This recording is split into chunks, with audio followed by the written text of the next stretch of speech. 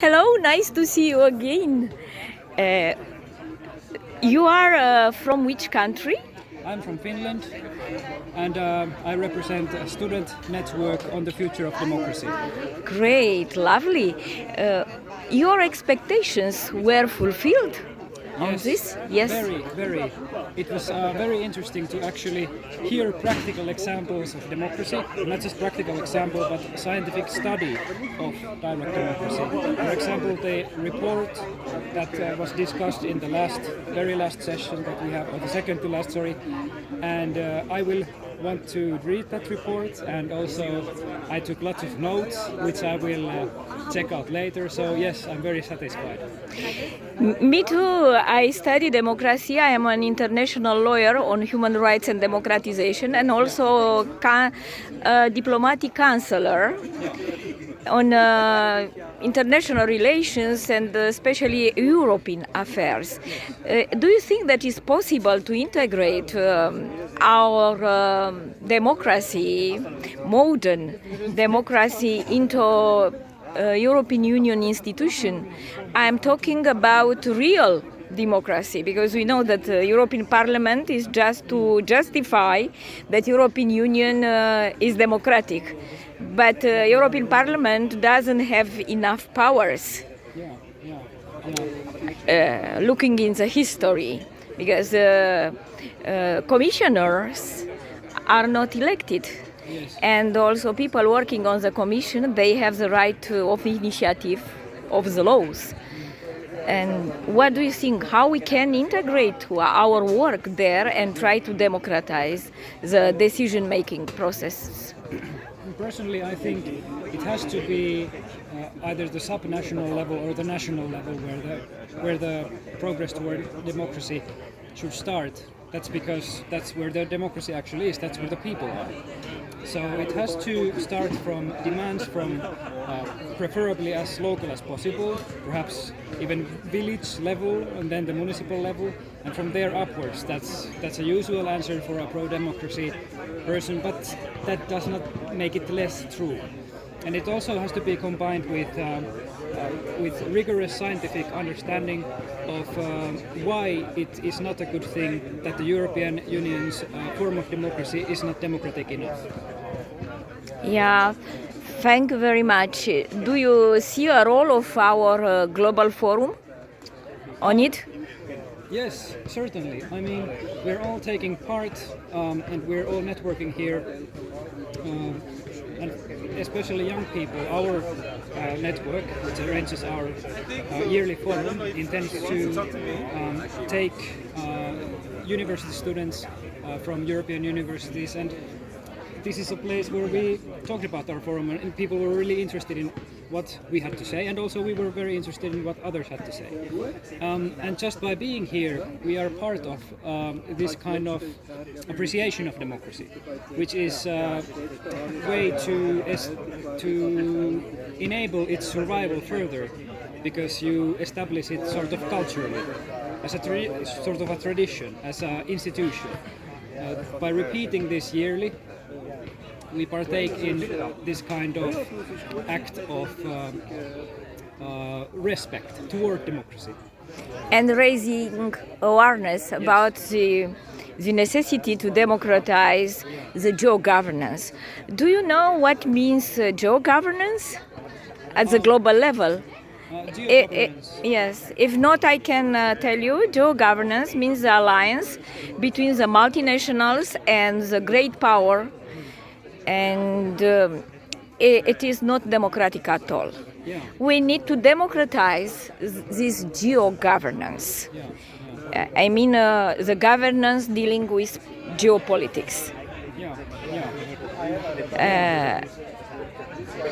Do you see any link, maybe I asked you before, between structural peace, sustainable peace, systemic peace, and our modern direct and participatory democracy? Here, during this forum, people from, for example, Belgian organizations and also Swiss organizations have well established to me that when it comes to peace, a democratic, particularly directly democratic governments or subsections are much unlikely to engage or rather start military engagement and such acts of violence. And I do believe that it's my understanding that democratic institutions, by their nature, prevent this kind of military engagements. But I mean, that depends on, of course, the nature of democracy. If it's a genuine democracy in which the people's self-interest to just remain alive and live another day, if that comes through it, certainly. Otherwise, if it's another form of democracy which does not appreciate even the basic needs of ordinary people, then of course it fails, and there is no relation to peace. Yes, of course, it's also right to life, and life means not only the absence of war, but also the absence of the fear from needs, as you said. Not only fear from absence of fear from war, but also yes. Yes, needs. People have needs, and I think Noam Chomsky wrote something, or rather quoted somebody, that even if a society is free, it just only means that everybody is free to live under a bridge. So that means that it doesn't only, for a good society, it doesn't make sense to only have the kind of freedom from external forces, but also the freedom to have your needs fulfilled and the ability for you to work, for you to have the safety of having the basic necessities. Minua rakastan sinua.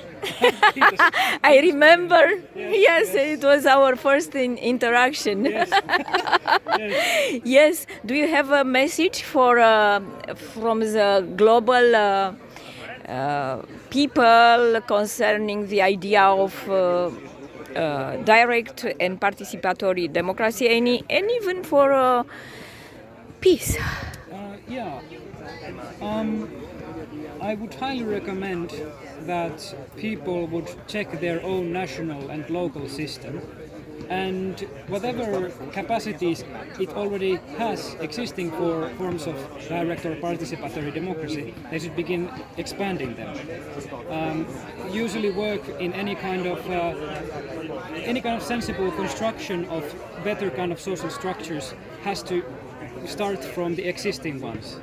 And that also lessens the danger of having too much conflict. If you start from the existing things rather than break everything apart without having a plan. So I would encourage the investigation of existing structures, and then I would encourage just pure planning. Just get a piece of paper and draw on it a rough picture or text or something, anything about a better kind of structure, better kind of form of democracy, for example. People don't do that. Universities, this is a very harsh thing to say, but political science in universities often, or many forms of political science, do not help university students to make these kind of drafts of a better society. So I encourage people to be brave and make these kind of plans. Oh, lovely! Are you optimistic about international declaration of peace, like the Bill of Rights, signed by all nation states from United, not only from ONU? How do you call in English? Organization, like United. Yes, United Nations. Yes. Yes. Yes. And also from the people, citizens, Yeah. all citizens to sign, to have like a site in each country and to sign it virtually. Yeah. And at the soul level. Do you think it will be possible to implement such a project, and our forum to initiate and to propose to United Nations or to European Union? because European Union deals more with peace, and also United Nations. Well, when it comes to peace, peace is not some question about optimism, since we have nuclear weapons in the world. It's a necessity. Unless we can verify that we don't face nuclear destruction in war, we cannot really speak of optimism. We have to speak of the necessity of peace. Yeah, especially you are from Finland, very next to Russia. Yeah. Yeah. And what we will do? Our forum. We will do something in this regard to be practical. Yeah. Maybe the follow-up of this forum to be the drafting of such a declaration of peace with international organizations together, but starting the initiative from us. Yes. I would agree. I would, of course, want to read any kind of declaration very thoroughly, but I would agree that it's not just it could be, it has to be. We have to have international agreements about peace. And to write a letter. Yeah. We write a letter and we will sign and send to all institutions, international institutions. Maybe they will not read it, but we have to act, to go there and negotiate. And to, what do you think? Yeah. Well, as you said, we have to act. It's we don't really have another course. Another option. Yeah. But it can be supplemented with other methods. I mean, we can start from our own national level and, for example, affect arms trade in our own countries. For example, if we want to influence the matters of peace, we can affect our own diplomacy. Yeah. So we can do lots of things, and I would still emphasize that we have to start as much from the ordinary individual, then expanding from that to the local, municipal, etc. levels. So it preferably has to be that kind of process. From bottom up. Yes. Yeah, great idea. Thank you very much for your time, and I am optimistic now after speaking with you. Thank you. I was that, and maybe we can have proposals to introduce education for peace. It's not enough to write a paper and sign a treaty, and we can breach a treaty. It's important education, the culture of peace. Introduce peace in each subject, in university, at schools, kindergarten, even in all area of our life, to introduce this value of peace, this concept of peace, which means to have peace at the soul level. If we have peace in ourselves, we will never have peace. Outside we will not have outside, because we are a magnetic-gravitational field. This is our soul, and we irradiate this energy of love everywhere. Peace is love, unconditional love. So I love you because you are a human being. I love you because you work for peace like me and for democracy. And I think very much, and I am very confident on you, young generation, that we will be wise enough and start to act on this direction in every country, and to make a manifesto of peace. Yes. To write a manifest of peace. Please. And we will have here in Romania, in this university, in October. You will come. Will be a conference dealing with democracy, and especially we talk about peace. She invited us. You will come. The forum will come or not?